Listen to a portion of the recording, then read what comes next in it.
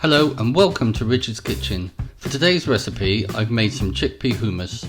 I've also made a very simple flatbread recipe and I've served it with a spicy zhoug.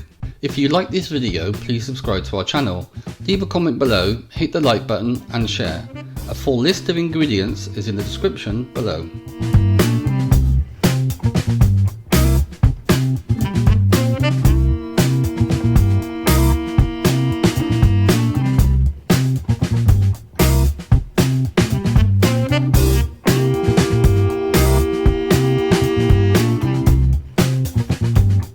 So we're going to start by soaking 300 grams of dehydrated or dried chickpeas with 1 teaspoon of bicarbonate of soda and plenty of water.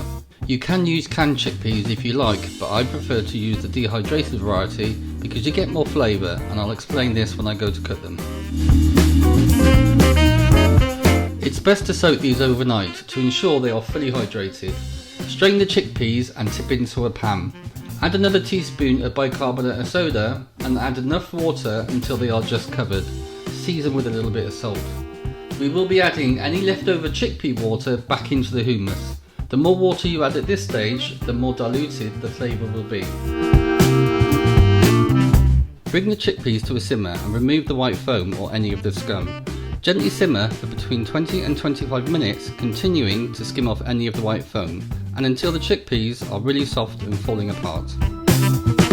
Now the chickpeas are cooked, they will be really soft to touch, and as I said earlier on, there was only a little bit of the cooking liquid left, and that's where all the flavour will be as it's more concentrated. So strain the chickpeas and reserve the cooking liquor, as we will be adding this back into the hummus. Allow to cool, cover with cling film and leave in the fridge for at least 2 to 3 hours. Now we are ready to make our hummus. Add the chilled chickpeas to a food blender and add 2 cloves of garlic, the juice of 1 lemon, 70 grams of tahini, 30 millilitres of olive oil and about half of the reserved chickpea water. And as you can see, it has slightly thickened because it's full of flavour. Start to blend the hummus on a medium speed. You may need to adjust the consistency with some more of the reserved chickpea water, depending on how powerful your food blender is or how thick or thin you prefer to have your hummus. Also, don't forget to season with a little bit of salt and pepper.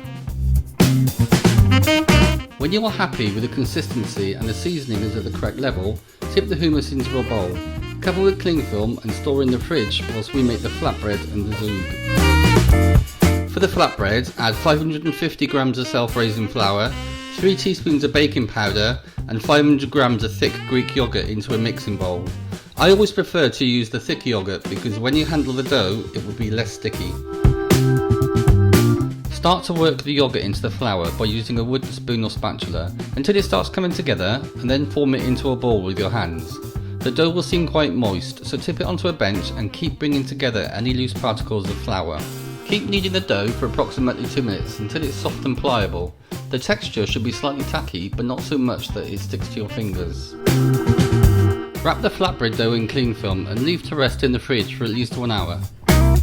When handling this dough, it may still be slightly tacky, so make sure that you dust it with plenty of flour. So now the dough has rested sufficiently, I'm going to cut it into equal sized pieces ready to roll. Also, I like to weigh the first couple of portions to make sure that I'm on track. So now we are ready to roll out the flatbread dough. Again, make sure you dust the surface, the rolling pin and the dough in plenty of flour to prevent the dough from sticking. It doesn't matter what shape you roll the dough into as long as it fits into the pan, but I'm going to roll this to approximately 2mm thick. When you are rolling the dough, place onto a tray lined with parchment paper, and each time you roll another piece of dough, interleave with more parchment paper to prevent the dough from sticking together. To cook the flatbread, make sure you use a nice big pan. This one's non-stick, so it's going to be easy to cook the bread.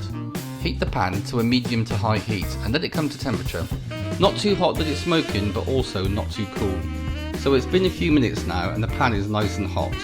Place the flatbread into the pan and allow it to cook for 1 to 2 minutes on each side. As the flatbread cooks, it will fill with little pockets of air and you can see some steam coming from the flatbread. At this stage, flip the flatbread over and cook the other side. I use a spatula to gently press on the flatbread to help it colour evenly. Keep an eye on the heat level as the pan gets hotter, and reduce if necessary to allow the flatbreads to cook through without scorching. When the flatbreads are cooked, stack them onto a plate. The dough will last in the fridge for up to 3 days, so you don't necessarily have to cook them all at once.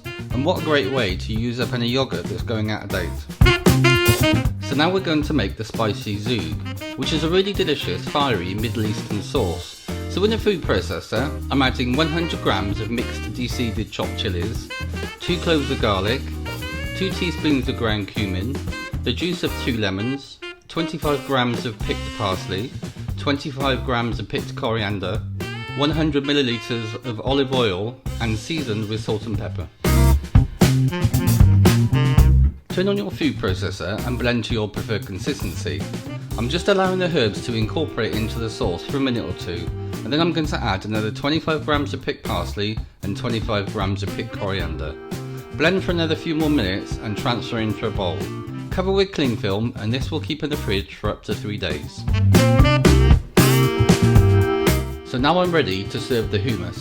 I start by spooning a generous amount of hummus into the middle of a bowl. I like to rotate the dish to create a well in the centre of the hummus, and this will act as a kind of bowl for me to fill. Now I'm going to add the delicious spicy Zhoug that we made earlier. I'm also adding some marinated and roasted peppers, some cooked chickpeas for a bit of crunch that I reserved when we made the hummus. I've also drizzled with some chilli oil, which I made by infusing chilli flakes with extra virgin olive oil, and some freshly chopped coriander and parsley. I've also added to this dish tahini yoghurt, which is 1 part tahini to 3 parts yoghurt and a squeeze of lemon juice. So there we have it, homemade authentic hummus, with light and fluffy homemade flatbread and a delicious spicy Zhoug.